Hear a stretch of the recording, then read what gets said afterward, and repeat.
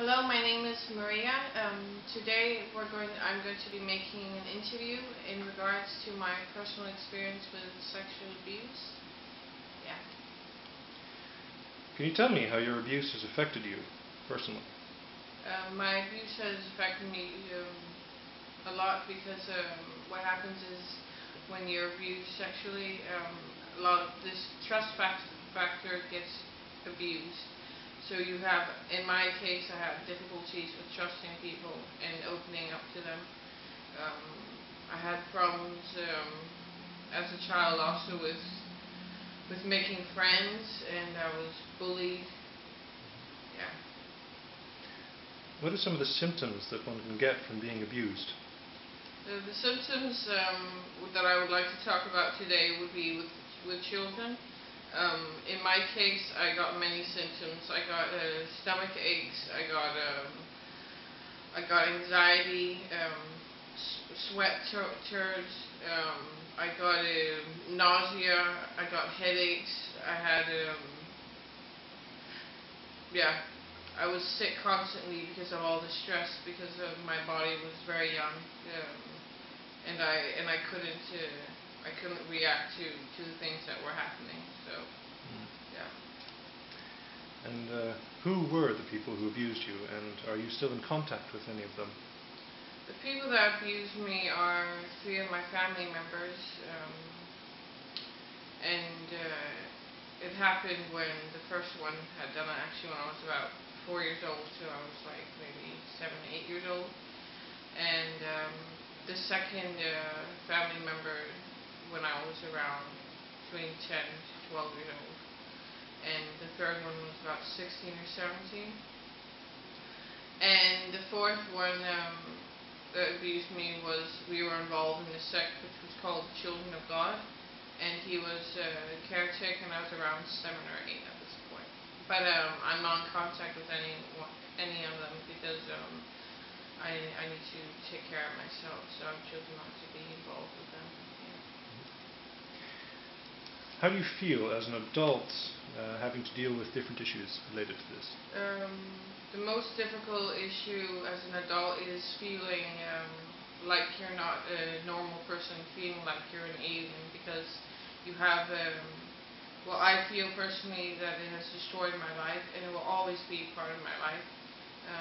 In this case, in regards to intimacy, I think this is a very big factor for me, as well as post-traumatic stress, which is when you develop pictures in your head, and if you smell something, you see something that reminds you of this traumatic experience, which I faced as a child.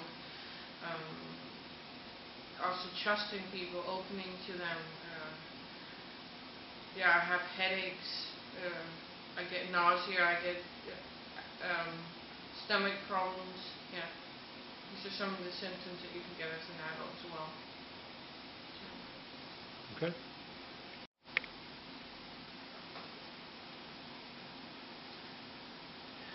What happened when you told your family about the abuse? Well, the thing is, I'm 29 now, and for about, I think it's about between 9 to 10 years ago, actually, I first came out and spoke to my mother and stepfather about some of the abuse that I had been through. Basically, I felt that because I come from a Christian upbringing, that I should forgive and that I should forget about these experiences. And this was the experience of it between two of the family members and this other member of this cult, which is called the Children of God. As a result of me saying these things, I felt I didn't get any help from my parents at this point, where I felt I really needed it. But it actually became a bit more serious as the years went on. I started remembering things, saw more pictures, felt more physical reactions in regards to my body, what it was telling me in regards to my abuse. And the most serious is about a year ago, where I began to remember. I would say it's not, it's the worst, it was the worst abuse which I had been put through, and this was in regards to one of my family members.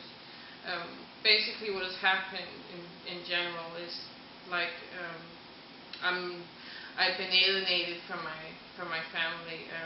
They think that I'm basically rejected because they think I'm lying, they think I'm making up the stories. In spite of how many emails I've written to them, I've tried to explain to them over the phone. I've done everything to try to make myself clear, but I've been hearing stories which isn't true. I've been getting threats that if I didn't come forward and say sorry, that they're going to take some legal actions, and this has been going on for a couple of years now. So yes, it's very painful when you say these things to your family, because you would presume that you would be getting some support, but in my case, unfortunately, I don't. I am, however, in contact with 2 of my family members, and that I'm very thankful for. How do you deal with rejection, lies, and threats coming from your family? Well, I would say that this with rejection and lies and threats, it's first started actually like a couple of years ago. In regards to that, I came forward with more of the details of what had happened in regards to my abuse with the different sexual offenders, which caused a lot of dispute in between my family. But in this situation, I know as a victim of sexual abuse that I'm not the one that is guilty here. It's the people that have done these things. And in this situation, my family should support me, should help me, and they have chosen not to. They've chosen to alienate me, and they've chosen to spread lies. At this moment, actually, I deleted myself. I changed my telephone number, changed my email, because I didn't want to have anything to do with my family, because I was just getting some emails which made me, it was difficult for me to handle them. So.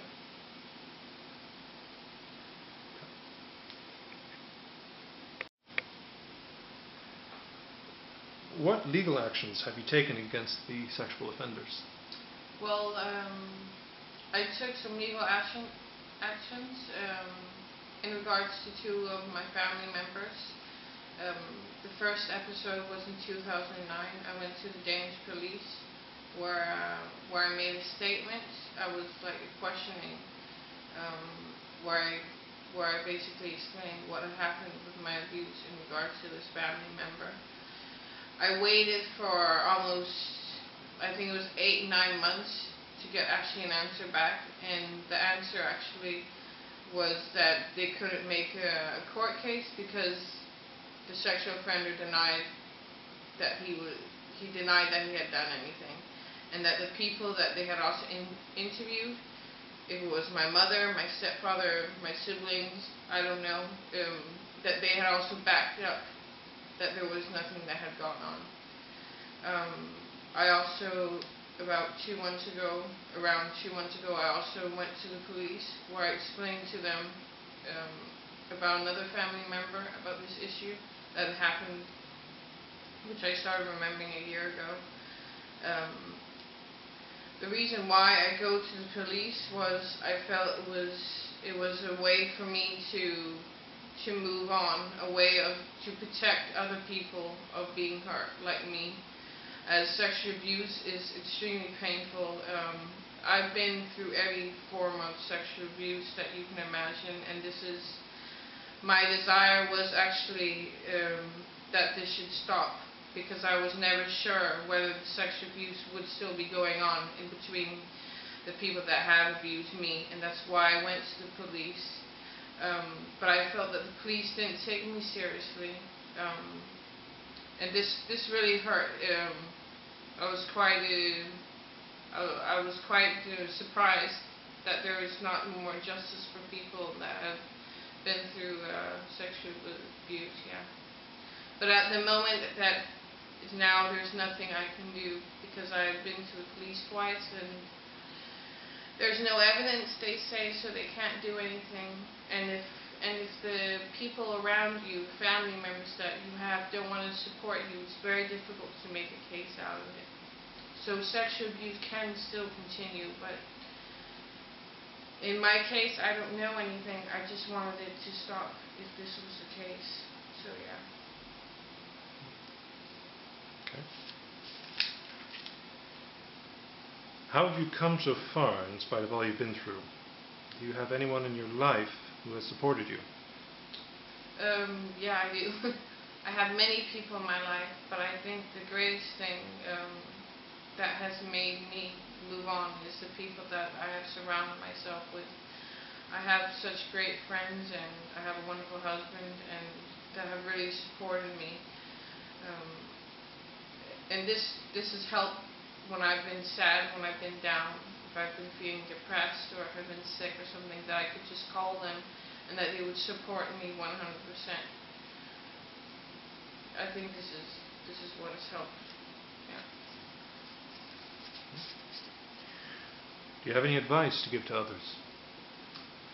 Yeah, there's a lot of advice which I would like to give, but I think that the most important thing that I would like to say today is that if you have been abused, be aware that there will be some consequences for you, but that you will also be free. You will feel like you're a free bird when you come forward with these things, because you no longer attach yourself to the person that has sexually abused you when you, yeah.